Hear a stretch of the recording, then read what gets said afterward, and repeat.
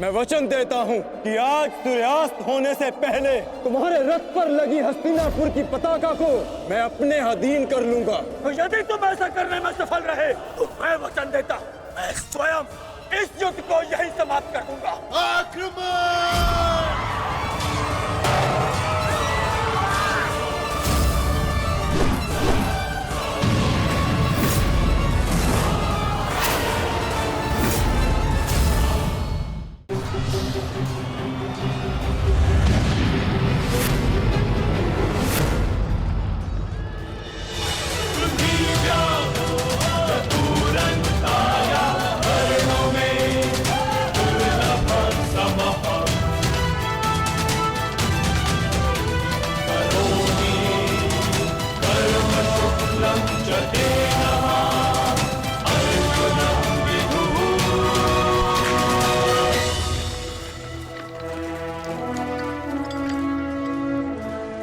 गुरुदेव, युद्ध से पूर्व एक शिष्य के लिए उसके गुरु का आशीर्वाद लेना अनिवार्य है।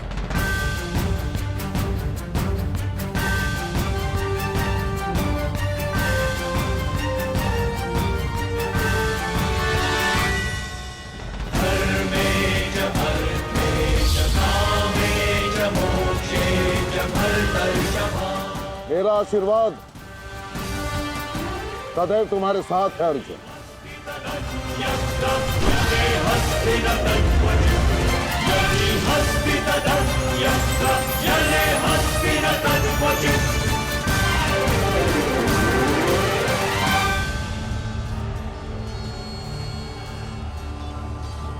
कभी अनुमान नहीं लगाया था गुरुदेव, जिससे युद्ध कला और धनुर्विद्या सीखी, एक दिन उसी के विरुद्ध इसका उपयोग करना पड़ेगा। तुम केवल अपने कर्तव्य का पालन करो अर्जुन। ये युद्धशाला नहीं, ये समस्त युद्ध भूमि है और यहाँ का हर एक विपक्षी केवल और केवल तुम्हारा शत्रु है अर्जुन। सावधान अर्जुन!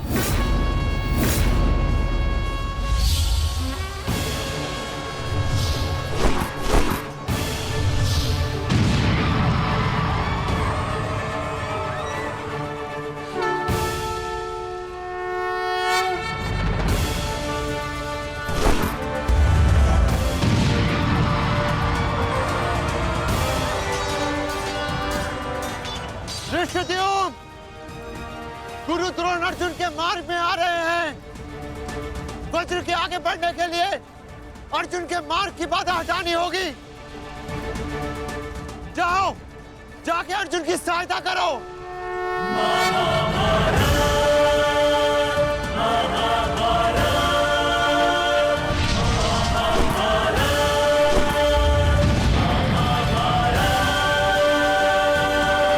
सारथी, रथ आगे लो। युवराज दुर्योधन, यदि युद्ध के सारे निर्णय तुम्हें ही लेने हैं तो मुझे सेनापति बनाने की क्या आवश्यकता थी? ऐसा मैं इसलिए कर रहा हूं पितामह, क्योंकि आप कौरवों के प्रति अपना कर्तव्य निभा नहीं पा रहे हैं। आप यहाँ मौन रहने के लिए नहीं, कौरव सेना का नेतृत्व करने के लिए आए हैं। पांडव सेना हम पर हावी हो रही है और पांडव सेना पर आक्रमण करने के लिए आप हमें रणनीति क्यों नहीं बता रहे हैं? बताइए। स्मरण है ना पितामह आपको, यदि दुर्योधन के रथ की पताका अर्जुन के हाथ में लग गई तो हम ये युद्ध हार जाएंगे महामहिम, हार जाएंगे। कुछ कीजिए।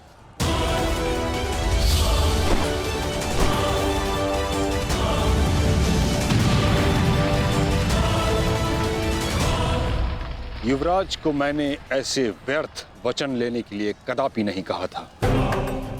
अब युवराज दुर्योधन को इसका परिणाम स्वयं भुगतना होगा। और रही बात मेरे आदेश की, तो अभी आक्रमण में समय शेष है। ये कैसी बातें कर रहे हैं आप?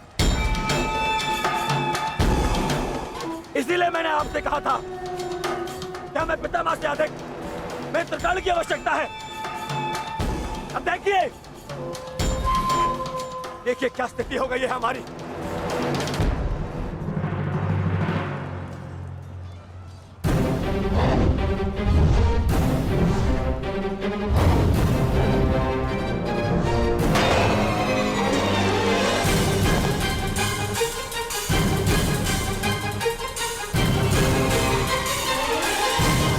देखिए देखिए कैसे मौन खड़े हैं। ऐसे चलता रहा ये तो हम शीघ्र ही हार जाएंगे।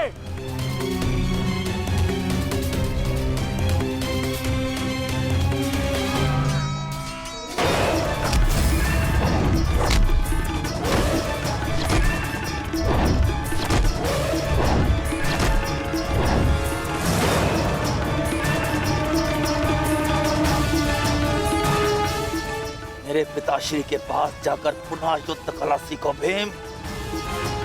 स्मरण हो रहा है कि प्रतिशोध की आग में तुम युद्ध कला भूल रहे हो। यदि तुम मेरे हाथों जीवित बच का शोध थामा तो मैं अवश्य ऐसा करूंगा।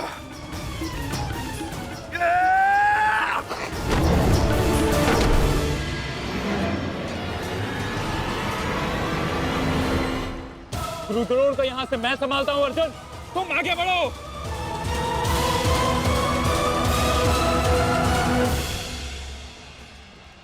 आगे बढ़ने का समय आ गया है पार्थ। द्रोणाचार्य के साथ युद्ध करके हमारा समय व्यर्थ हो रहा है। हमें अपने वज्र को उचित स्थान पर पहुंचाना अति आवश्यक है पार्थ। कैसी आज्ञा माधव। चलिए आगे बढ़िए।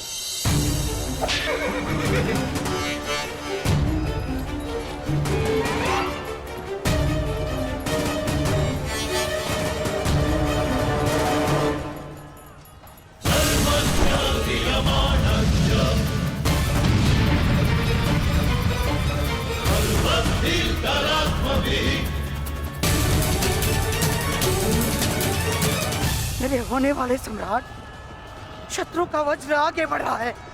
यदि हमने कुछ नहीं किया तो हमारे लिए समस्या उत्पन्न हो सकती है।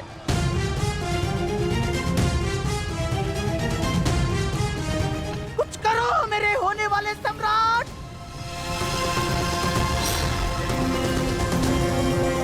काश भी मेरा मित्र मेरे साथ होता। मुझे तुम्हारी आवश्यकता है मित्र, आवश्यकता है तुम्हारी।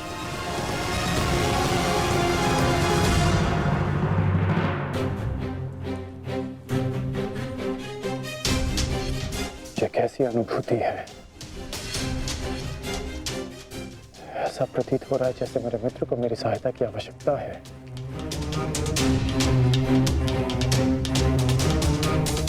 मुझे क्षमा कर दो मित्र, जब तुम्हें मेरी सबसे अधिक आवश्यकता है तभी मैं तुम्हारे साथ नहीं हूं।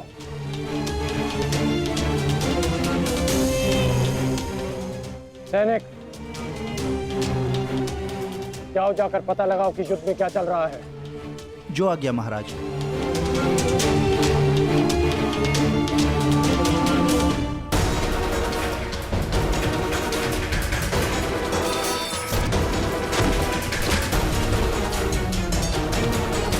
शत्रु बहुत निकट आ रहा है, बहुत निकट आ रहा है शत्रु।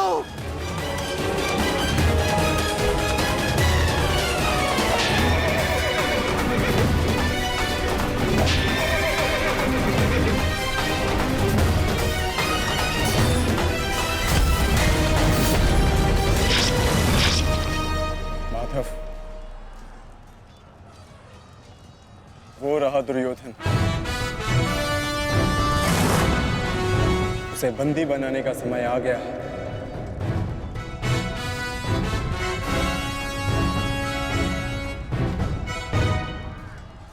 शत्रु निकट आ गए हैं दुर्योधन, आ गए शत्रु निकट। अब आक्रमण का समय आ गया है।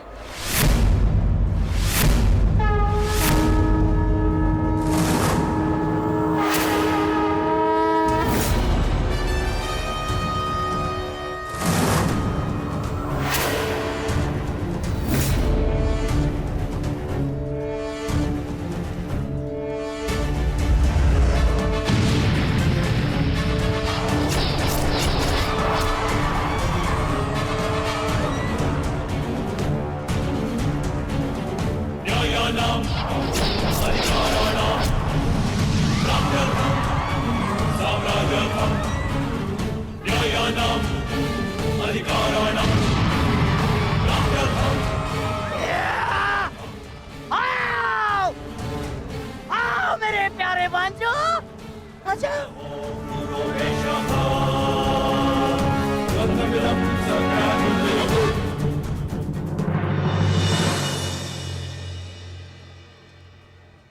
महामहिम भीष्म ने सर्वतोभद्र व्यूह की रचना की है महाराज। वो वज्र व्यूह को ध्वस्त करने का प्रयत्न कर रहे हैं। उस ओर से सेना का नेतृत्व कौन कर रहा है संजय? व्यूह को ध्वस्त करने का प्रयास कर रहे हैं। इस सेना की टुकड़ी का नेतृत्व कौन कर रहा है? कौन? वज्र पर चारों ओर से आक्रमण कर दिया गया है।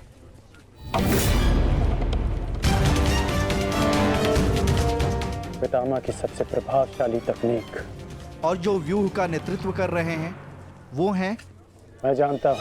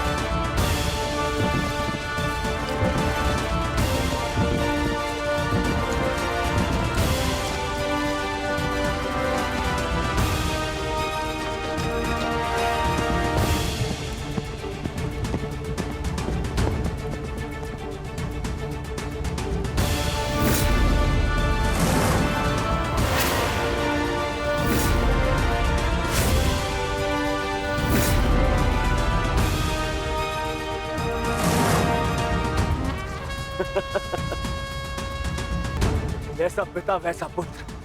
अद्भुत, अद्भुत वृषसेन।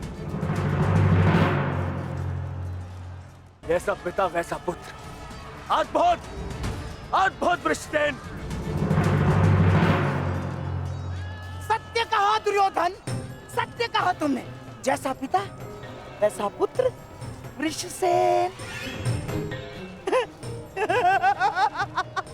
अद्भुत योद्धा है वृषसेन। कर्ण नहीं है तो क्या हुआ, वृषसेन है ना हमारे पास। वृषसेन लड़ो।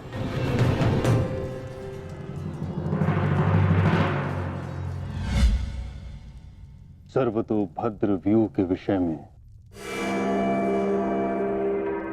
जानते हो?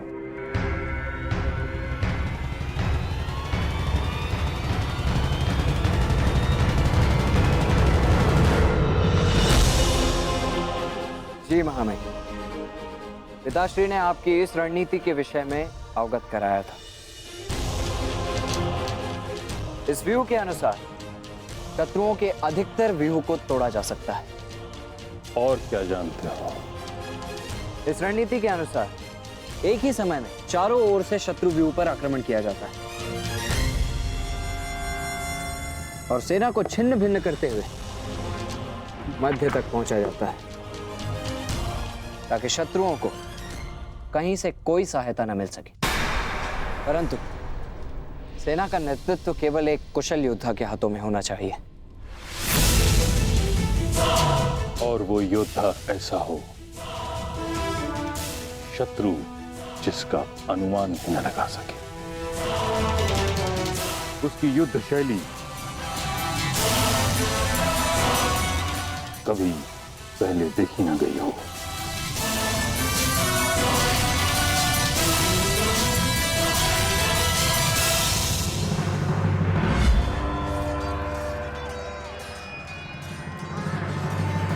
आक्रमण करो वत्स।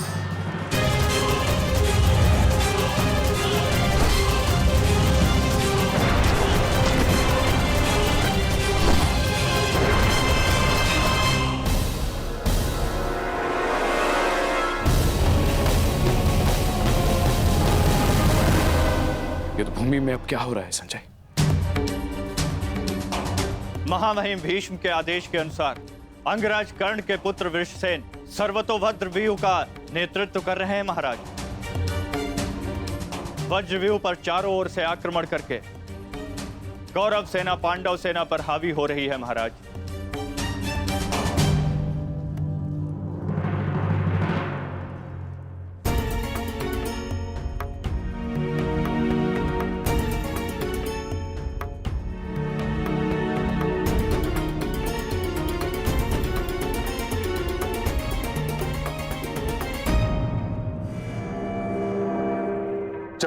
मैं युद्ध भूमि में हूं, तब तक कर्ण युद्ध भूमि से दूर रहेगा।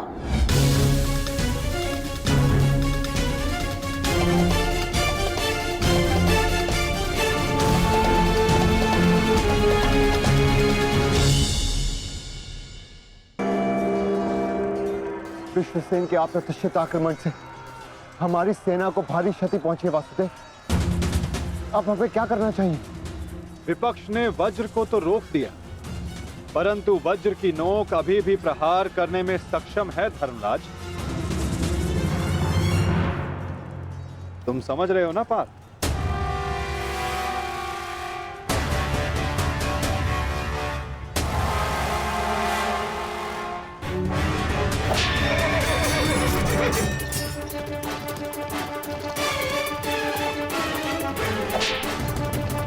ये क्या कर रहा है? तुम्हारी मूर्खता का लाभ उठा रहा है दुर्योधन।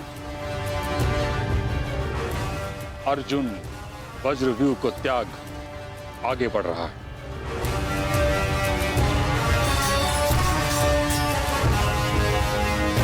हमने उनके वज्रव्यूह को तो निष्क्रिय कर दिया है दुर्योधन,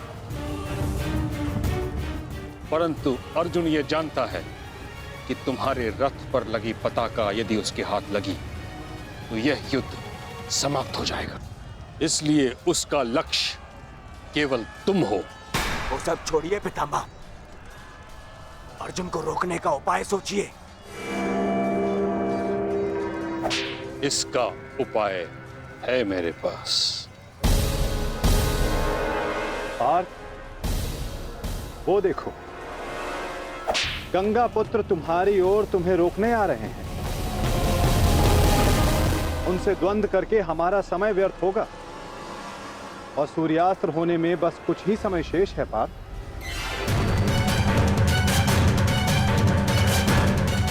गंगा पुत्र का तुम्हारे मार्ग से हटना आवश्यक है।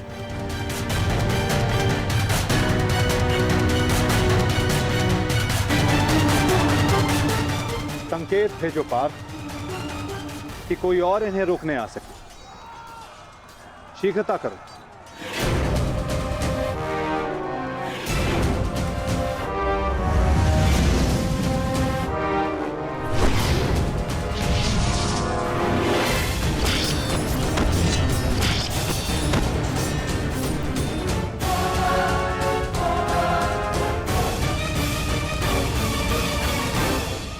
परंतु पितामह से द्वंद्व करेगा कौन? जब योद्धा समक्ष प्रस्तुत होगा तब आपको ज्ञात हो जाएगा धर्मराज।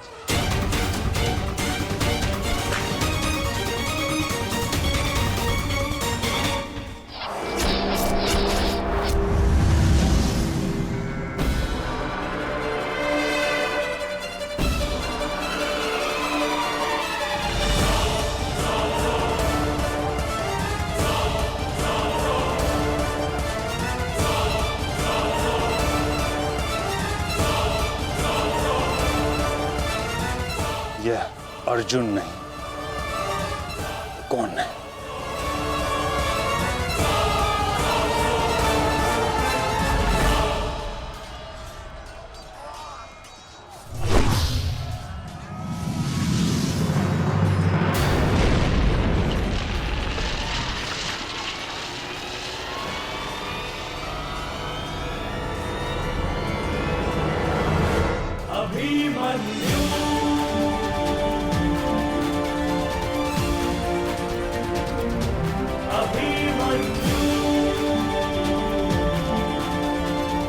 अभिमन्यु?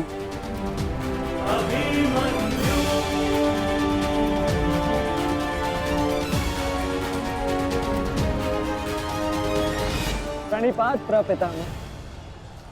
कल्याण हो पुत्र।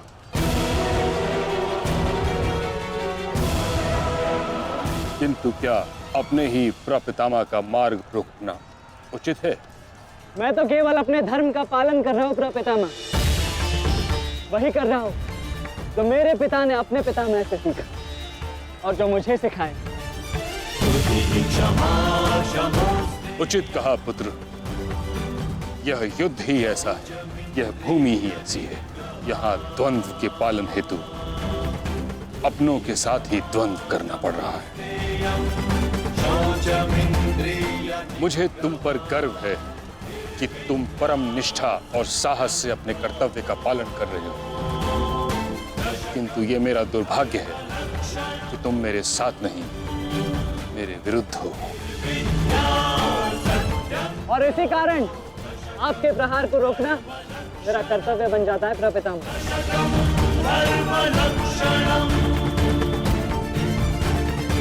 द्वंद्व के पालन हेतु अपनों के साथ ही द्वंद्व करना पड़ रहा है।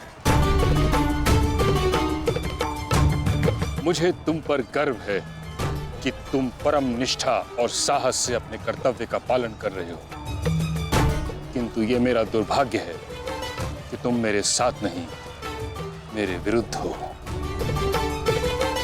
और इसी कारण आपके प्रहार को रोकना मेरा कर्तव्य बन जाता है प्रपितामह। पुत्री उत्तरा, मैं तुम्हें वचन देता हूं कि जब तक रणभूमि में ये गंगा पुत्र खड़ा रहेगा, तब तक तुम्हारा सौभाग्य और तुम्हारा सुहाग दोनों पर कोई आंच नहीं आएगी।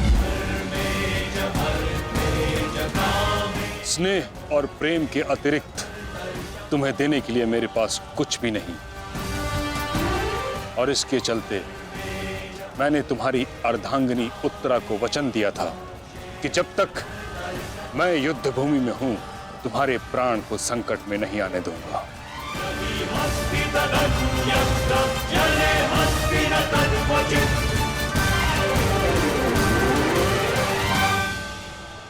ये क्या कह रहे हैं पितामह? ये युद्ध है और ये हमारा शत्रु, इसकी रक्षा नहीं करनी है, आपको इसका वध करना है। मुझे भली भांति स्मरण है दुर्योधन कि मुझे क्या करना है और क्या नहीं। तुम्हारी ओर से युद्ध करना मेरा कर्तव्य है, परंतु किसका वध करना है और किसका नहीं, यह मेरा निजी अधिकार है। पितामह, यदि आप इसी प्रकार पांडवों के मोह और वचनों से बंधे रहेंगे तो हम ये युद्ध हार जाएंगे पितामह, और यदि ऐसा हुआ तो उसके दोषी केवल आप और आपके ये वचन होंगे। मेरे सामने से चले जाओ पुत्र। क्षमा कीजिए प्रपितामह, जिस प्रकार मेरे प्रति आपका प्रेम भाव आपको मुझ पर आक्रमण करने से रोक रहा है, उसी प्रकार मेरे परिवार के प्रति ये मेरा कर्तव्य है कि मैं आपको आगे बढ़ने ना दूं। मैं तुमको क्षति नहीं पहुंचा सकता पुत्र, परंतु इसका अर्थ ये नहीं कि मैं आगे नहीं बढ़ सकता। सारथी,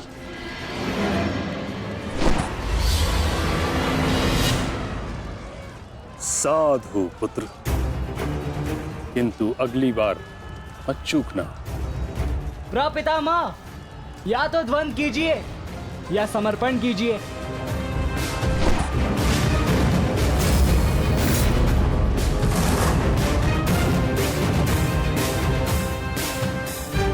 बस करो पुत्र।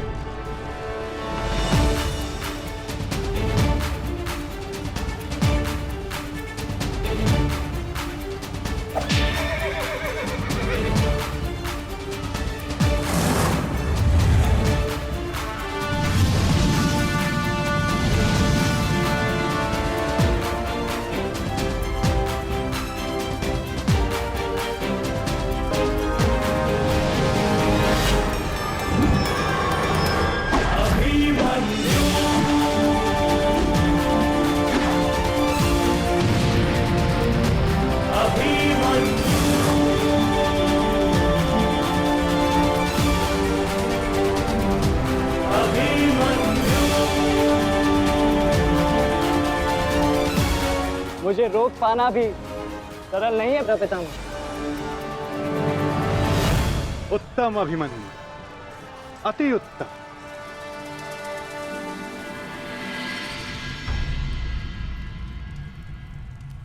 पिताश्री ये क्या कर रहे हैं? उन्हें अभिमन्यु पर प्रहार करना चाहिए था। नहीं महाराज, जिस प्रकार से महामहिम भीष्म हमारी कौरव सेना के साथ युद्ध में भाग लेने के लिए वचनबद्ध हैं, उसी प्रकार से उत्तरा को दिए वचन से भी बंधे हुए हैं महाराज। किंतु इस प्रकार, क्या इस प्रकार युद्ध के मध्य में ऐसा करना उचित है? यदि ऐसा ही चलता रहा तो पांडव ये युद्ध जीत जाएंगे।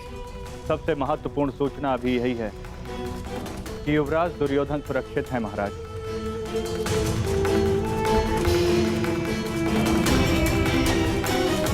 और राजकुमार अर्जुन उनकी ओर बढ़ रहे हैं महाराज।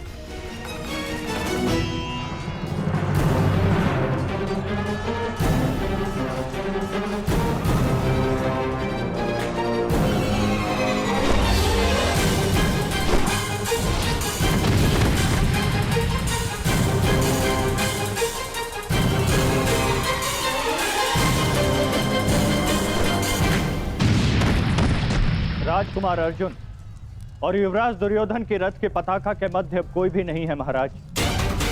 ईश्वर, ईश्वर मेरे पुत्र की रक्षा करना।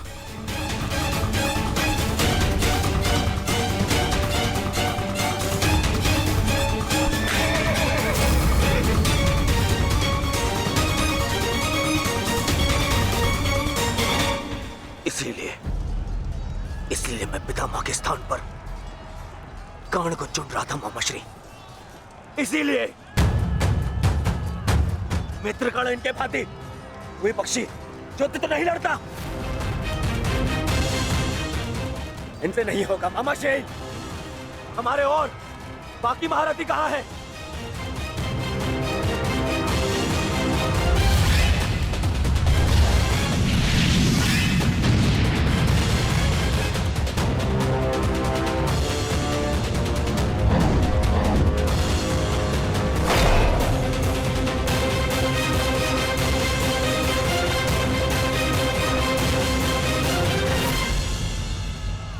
मित्रगण होता तो ऐसी परिस्थिति कभी उत्पन्न नहीं होती। अब गण नहीं है तो कौन रोकेगा इसे?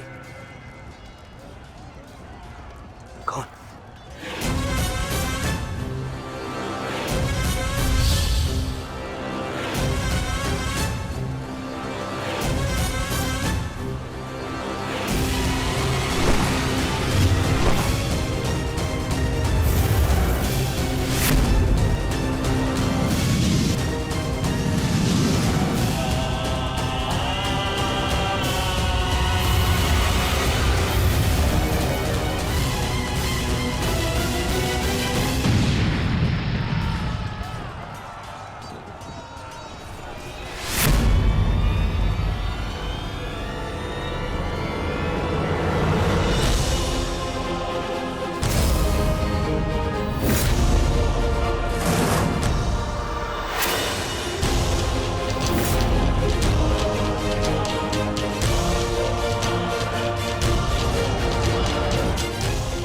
मेरे मार्ग से हट जाओ विष्णु।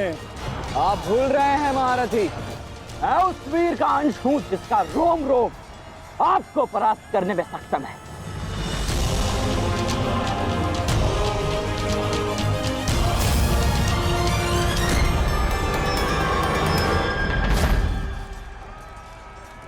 हम यहाँ युद्ध करने आए और मैं अपने पिता को यह वचन देकर आया कि रणभूमि में मैं उनकी कमी की अनुभूति किसी को नहीं होने दूंगा। मेरे मार्ग से हट जाओ विष्णु। मैं तुम पर प्रहार नहीं करना चाहता और ऐसा करने के लिए मुझे विवश मत करो। आप द्वंद्व कम और बातें अधिक करते हैं।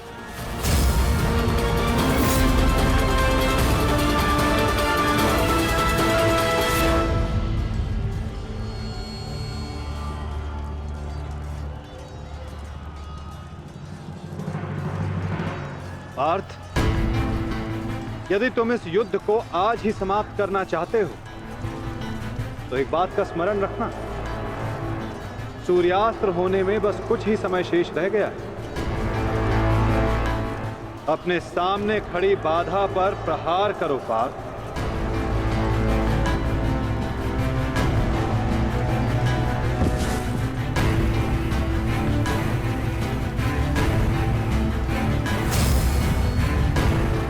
ये मेरी अंतिम चेतावनी है वृषसेन। हट जाओ मेरे मार्ग से। चेतावनी देने में समय व्यर्थ मत कीजिए, द्वंद्व कीजिए धनंजय।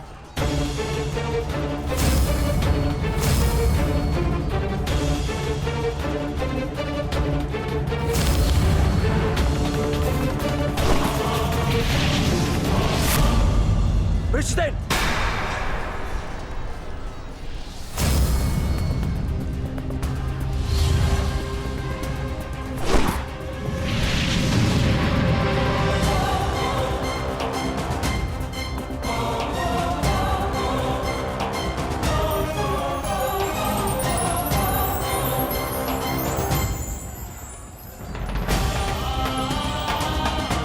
कल्याण हो पुत्र।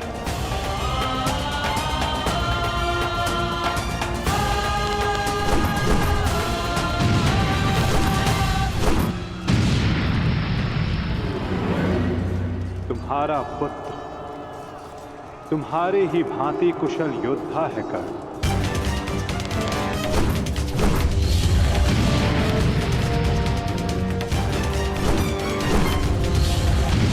मित्र कर्ण, आज तुम्हारा पुत्र वो कर रहा है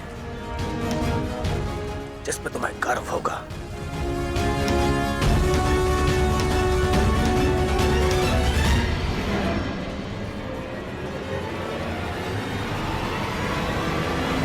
शीघ्रता करो पार्थ, सूर्यास्त्र में बस कुछ ही समय शेष है।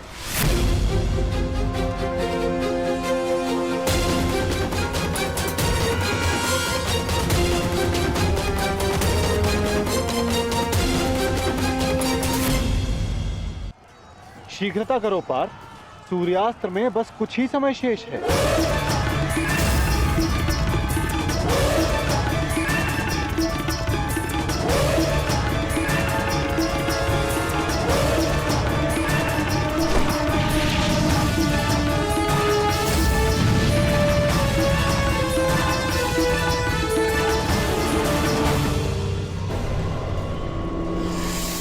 पर्वतास्त्र है पुत्र,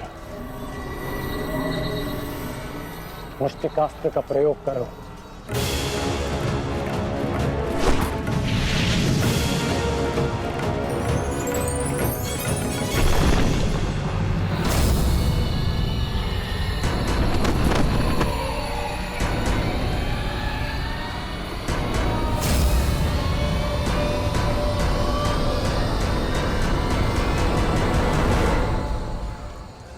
सूर्यास्त होने वाला,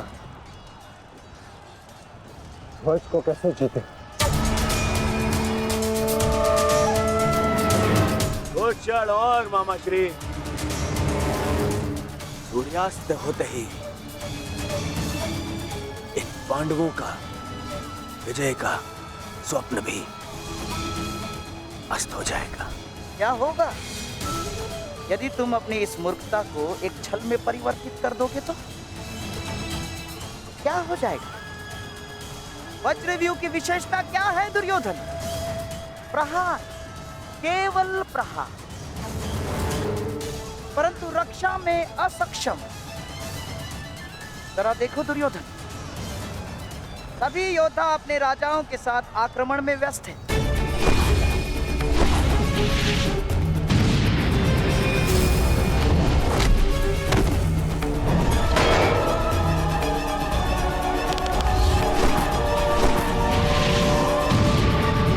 बिना किसी रक्षा नीति के हम इसका लाभ उठा सकते हैं दुर्योधन। क्या होगा यदि तुम धर्मराज युधिष्ठिर को बंदी बना लो तो? यदि पांडवों के ज्येष्ठ भ्राता युधिष्ठिर को हमने बंदी बना लिया दुर्योधन, तो हमारी विजय निश्चित।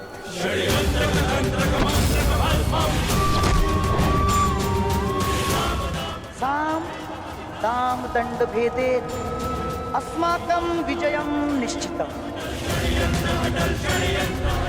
अस्माकं विजयं निश्चितम् दुर्योधन। आपका विचार उत्तम है मामाश्री।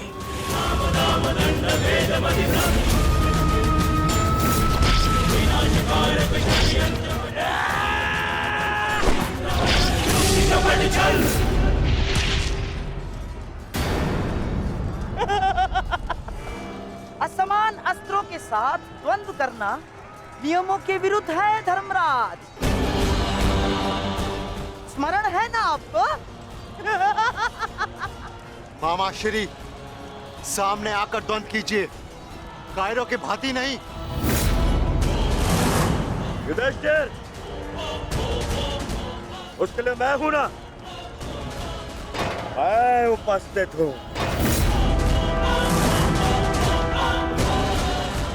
यदि तुम युद्ध चाहते हो तो मैं तत्पर हूं। ये बात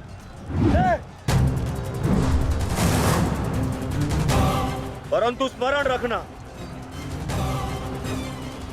तुम्हें परास्त करने का अर्थ यह है कि इस युद्ध पर मेरी विजय हुई।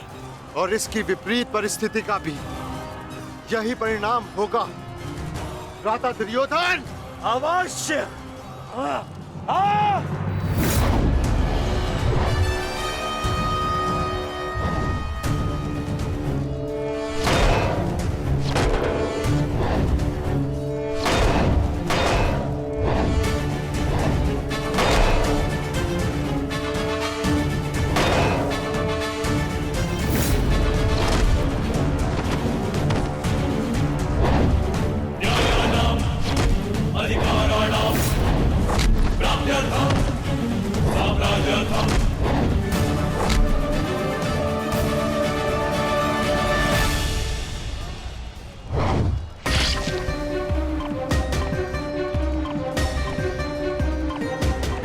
साधु पुत्र, साधु।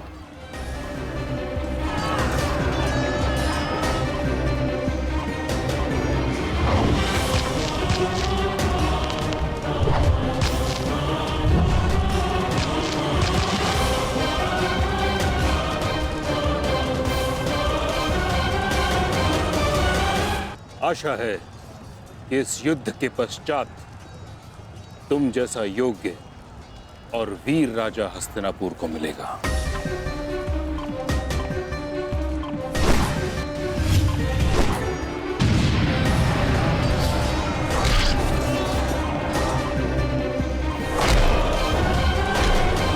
अरे अरे अरे सहदेव, कहाँ चल दिए? शुभ कार्य करने जा रहे हो ना?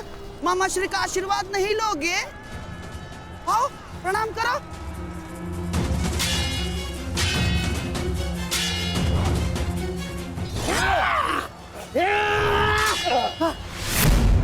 षड्यंत्र रचते समय आपकी तलवार जैसे जीप तो बहुत चलती है, मगर आज आपकी तलवार कैसे फिसल रही है मामा श्री?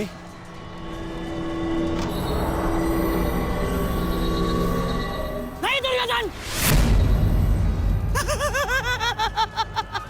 वो क्या है ना सहदेव, हर वस्तु अपने समय से चलती है।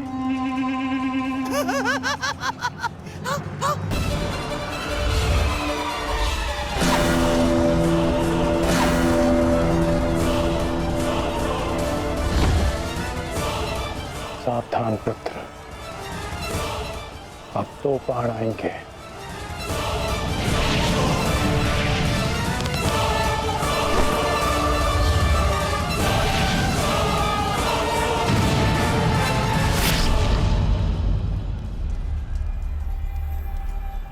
क्रोध से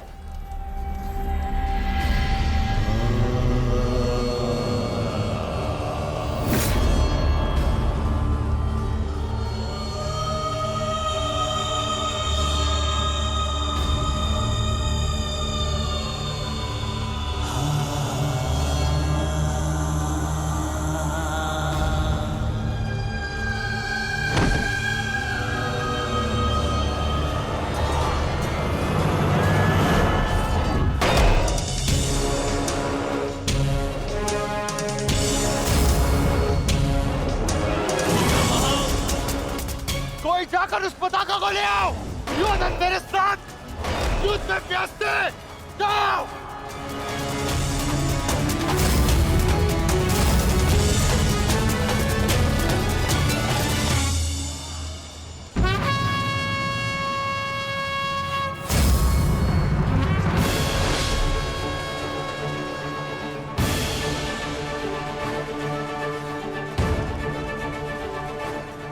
केवल तेरी अंतिम चीखें सुनेंगे युधिष्ठिर, अंतिम चीखें।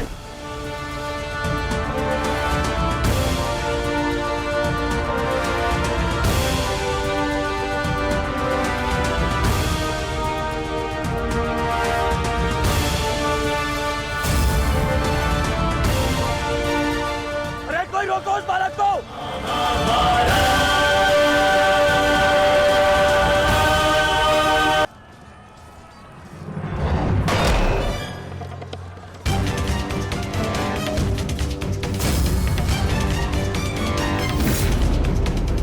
जाकर उस पताका को ले आओ। दुर्योधन मेरे साथ युद्ध में व्यस्त है। जाओ।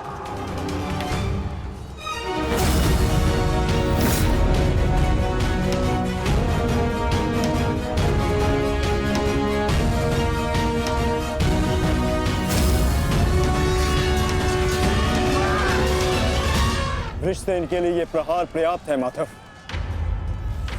दुर्योधन के ध्वज को अपने अधीन करके इस युद्ध का अंत करते हैं। चलिए माता।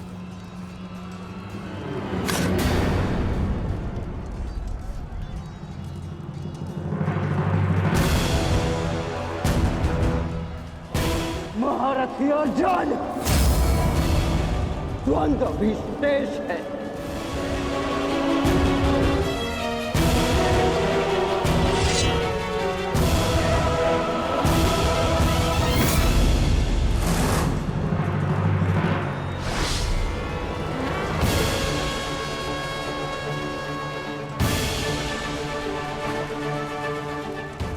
केवल तेरी अंतिम चीखें सुनेंगे युधिष्ठिर, अंतिम चीखें।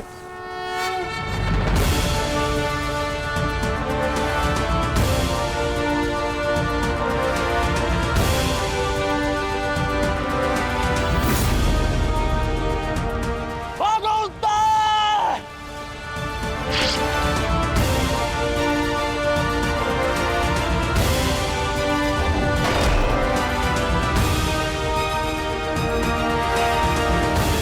उत्तर भागो!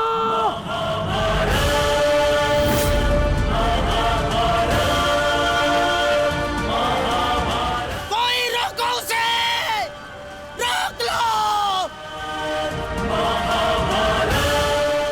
भद्राचल्य, उत्तर को रोको।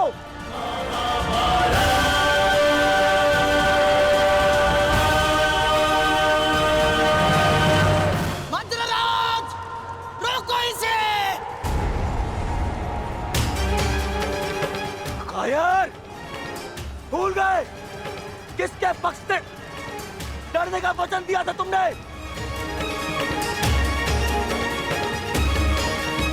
नहीं भूला मैं। तब स्मरण है मुझे मेरा वचन भी और तुम्हारा छल भी। भूल गया।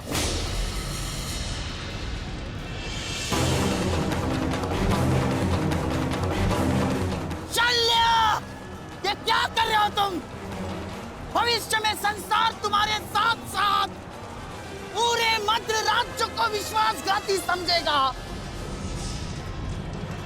तू है तुम पर। अरे तुम प्रहार करो उस पर। ये तो एक केवल बालक है।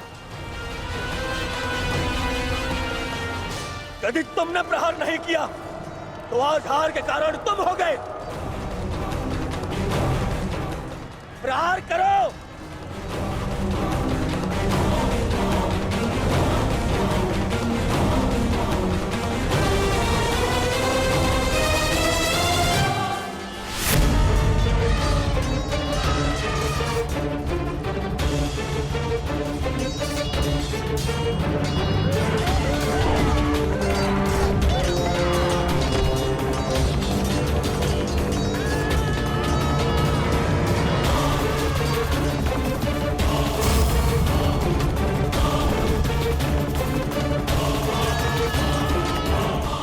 मैं आपको वचन देता हूँ, मैं युद्ध के अंत तक उसके पक्ष से लड़ूंगा।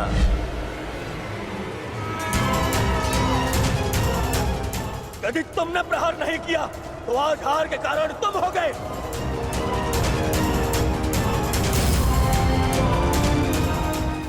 मैं शल्य अपने अतिथि की ओर से अपने शत्रुओं का नाश करूंगा।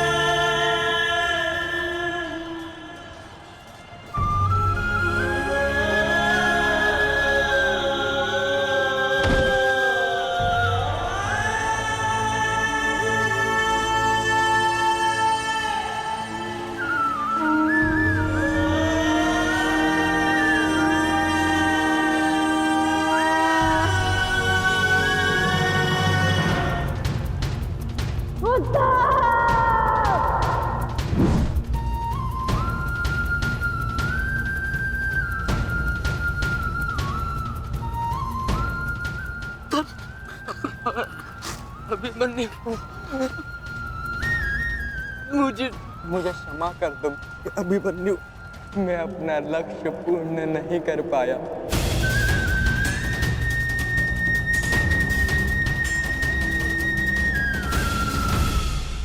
मुझे क्षमा कर दो कि मैं बाकी योद्धाओं के भांति वीर नहीं हूं।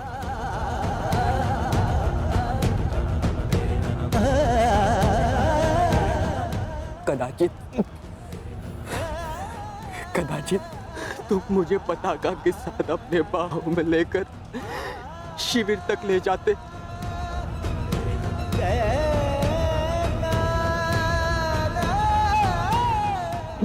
मेरा पक्ष ऊंचे स्वर में कहता, वीर उत्तर की जय, वीर उत्तर।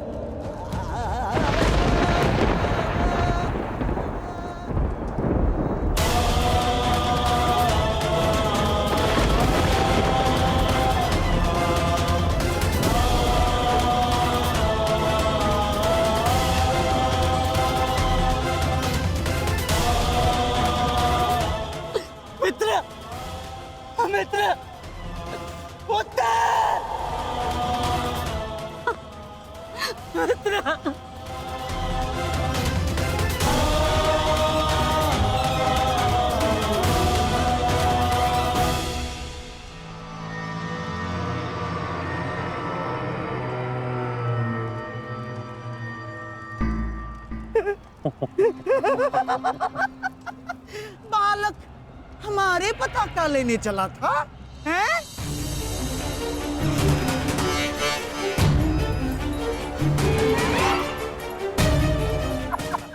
ना, पताका तो मिली नहीं चल रही है।